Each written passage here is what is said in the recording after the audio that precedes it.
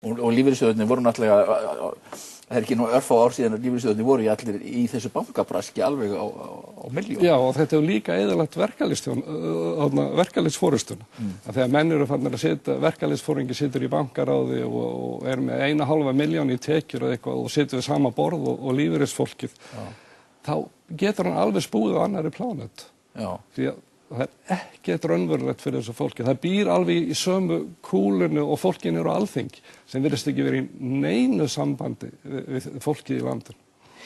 En annað sem þú hefur fjallað daldið á vefðinum undanfarið, það er kvótakerfið sem annað sem Íslendingar svona við virðumst ætla seint að geta hnikað eitthvað til. Það er einkennilegt, alveg frá því að kvótakerfið er tekið upp. Það var alltaf þetta 70-80% af þjóðin á móti. Og engin stjórnmálaflokkur virðist geta tekið á þessu máli. Og það er alveg stórfurðulegt. Hvað er lýðræði? Er ekkert lýðræði í landinu? En hitt er annað mál náttúrulega, það er að fólki sem upphaflega gerði þetta, það er náttúrulega stal fiskinum í sjónum. En svo hafa menn seinna keypt sig inn í þetta og það verður náttúrulega að taka einhvern veginn á því. Þeir eru náttúrulega ekki eins sekir. Nei. En ef þetta er svona ofboðslega skuldsett og þegar bankarnir voru í vörslu ríkisins, af hverju var þá ekki hægt að bara taka þetta upp í skuldir? En þetta náttúrulega sýnir hvað hagsmunahóparnir eru rosalega sterkir í þessu landi okkar. Já, þetta er vandræðin og vandamál á Íslandi er það að þrískipting valdsins hefur aldrei verið til. Og svo lengi sem það er ekki gert, að þá virkar ekki lýðræðið. Ef framkvæmdavaldið ræður öllu, þá bara myndast spilling og þessi kjarni sem öllu ræður. Já, framkvæmdavaldið veikt og flokkarnir, sjálfur flokkarnir mjög veikir gagnvart hagsmunaaðilunum.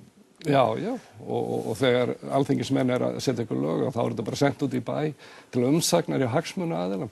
Fólki kemur hvergi nálægt þessu, en það er árangurinn eftir því. En svo annað sem nú erum við að tala svo höldum áfram með gjaldþrota, með stöðu heimilina, það annað sem við tala það er að stytta gjaldþrotatímann. Fólk getur losnað fyrr út úr gjaldþrotum. Já, þetta eru mjög góð lög og vonandi er ekki þarna í þessu sem eyðileggur þetta. Því að það er bara sýnt sig, til dæmis í Bandaríkjunum og Bretlandi, þar sem er löng hefð fyrir því að fólk geti farið á lappirnar strax eftir gjaldþrot, að það er þjóðfélagslega mjög hagkvæmt.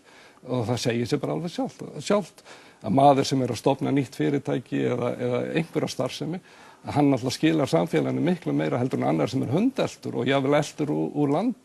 Já, en það er bent á móti að þetta muni heimta hærri vexti í kerfinu og það verði miklu meiri tregða til að lána fólki og þá er það erfiðara fyrir fólk að koma þessi fótunum. Þetta er tómt kjaftaði náttúrulega og hagfræðilega ekki hægt að sjá hvernig þetta getur verið. Þetta er bara, þessir hagsmunaaðilar náttúrulega, þeir halda það að sé eitthvað betra að vera hundelta fólk en bara reynslan hefur sýnt þetta í öðrum löndum. Það er engin tilviljun að þessi lög voru gerð þannig að fólk geti náð sér strax. Það var gert með þetta markmiði að samfélagslega var þetta mjög gott. Já, og það sé ekki heilu fjölskyldurnar sem eru bara nánast óvirkar. Já, og Íslandi geta fyrirtæki orðið gjaldþrota og það þykir fínt og kennitöluflakk, en einstaklingar það þykir eitthvað slæmt að þeir séu gjaldþrota. Það er einhver rökvilla þarna á ferðinni. Förum aðeins til Bandaríkjanna, þar sem þú þekkir vel til og það er náttúrulega mjög skrýtnir hlutir að gerast vegna þess að það er verið að ganga mjög hart af fólki við það vegna lánabólunar, húsnæðisbólunar, en sumstaðar virðist ekki einu sinni verið til pappírar þessar transakjónir og allt í rugli bara. Já, þetta var náttúrulega afleiðing af því sem gerðist þarna að í bólunni sem myndaðist á húsnæðismarkaði að þá voru þessum lántekin, þeir var smalað saman og þessu var pakkað og endurpakkað og skorið í sundur og allaveg. Menn bara hreinlega týndu afsölum og týndu pappírum. Og það vantar einhverja óhemju af orginalum þarna Þannig að þeir settu upp batteri til þess að eiga við þetta. Þeir settu upp lögfræðiskrifstofur og þeir settu upp einhverja menn sem gáfu út pappíra til að fría sjálfan sig. En núna þetta allt komið í höng. Nú eru réttarsalarnir fullir af svona málum. þar sem verið að reyna að taka eignirnar af fólki en ekkert skriflegt. Já, þetta alveg hræðilegt á þessu markaði. Nú bandaríski markaðurinn farin niður aftur. Í síðastliðnum 2 mánuðum hefur komið í ljós eftir að ríkið hætti að gefa fólki peningi, gáðu $8.000 fyrir að kaupa. Já. Eftir að hættu því, þá fasteignamarkaðurinn byrjar að hrapa. Og hann hefur hrapað bara síðustu 2 mánuði, virðist vera samkvæmt mjög góðum könnunum, svona 5%. Og það að verða nokkuð ljóst, það náttúrulega að hrapa önnur 20% og það þýðir það að 40% að húsnæðiseigendum í Bandaríkjunum verða með hærri lán heldur en húsnæðið kostar. Og sama tíma iðnaðarhúsnæði og verslunarhúsnæði, atvinnuhúsnæði að hrapa. Og á rúmlega árið það farið úr 6 trilljónum niður í 3,5. En allt þetta þýðir gífurlega mörg gjaldþrot hjá bönkum. Það þegar að slá met síðan í sparisjóðakreppunni.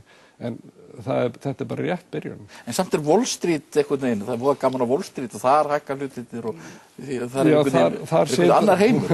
Það allt annar heimur. Það bara komin 2 hagkerfi. Já. Og það þetta hagkerfi, peningahagkerfi og gamla hagkerfi. Og þetta sýnir sig best í grunntölum. Árið 1965 að þá tók bandaríska viðskiptalífið, eða sem sagt peningageirinn, það tók til sín 5% af öllum gróða í landinu. Þetta komið upp í 40%. Sem þýðir það að þeir eru orðnir svo sterkir þeir geta endalega smoka peningum í stjórnmálamenn og það núna orðið löglegt samkvæmt Hæstarétti Bandaríkjanna að fyrirtæki sem þrýstuhópar eru orðnir einstaklingar gagnvart stjórnarskránni sem náttúrulega gjörsamlega út í hött. Þannig að þetta áttur að versna bara að þessi mokaði pólitíkus. En svo það eins og núna Wall Street svolítið hátt og margir markaðir út allan heim háir. En þetta stafar mikið til af því að Bandaríski seðlabankinn, hann að kaupa óvenjulega pappíra, þeir kalla þetta quantitative easing. Þeir að kaupa alls konar pappíra sem þeir aldrei keypt áður. Og þetta að lækka dollarann, en á sama tíma að þeir sem eru næst prentvélunum, það eru bankar og fjárfestingafyrirtæki, að það bara að fjárfesta út allan heim. Það hefur engan áhuga á breska markaðan, þar sem breski seðlabankinn að gera sama hlut, eða bandaríska markaðan, og það ekkert að gerast. Þannig að þeir að senda þetta til Indlands og alla trissur. Og dollarinn að lækka út af þessu. En á sama tíma þá kínverski gjaldmiðill festur við dollarann og hann að lækka með, þó þeir sem bullandi viðskiptahalla, sem sýnir það að þessir einræðis klíka þarna í Kína ofboðslega hrædd. Þeir þora ekki að hækka gengið, félagslega séð, og það veður allt í peningum í Kína, en þetta aldrei gengið í sögu heimsins. Að þú getur tekið hagkerfi og bara dælt peningum inn og látið það ganga einhvern veginn. Þetta verður alltaf að ganga hins veginn, að peningar eru settir í hagkerfi sem að bæta við þessu verðmætum. En að kasta inn peningum, það þýðir bara fasteignaból.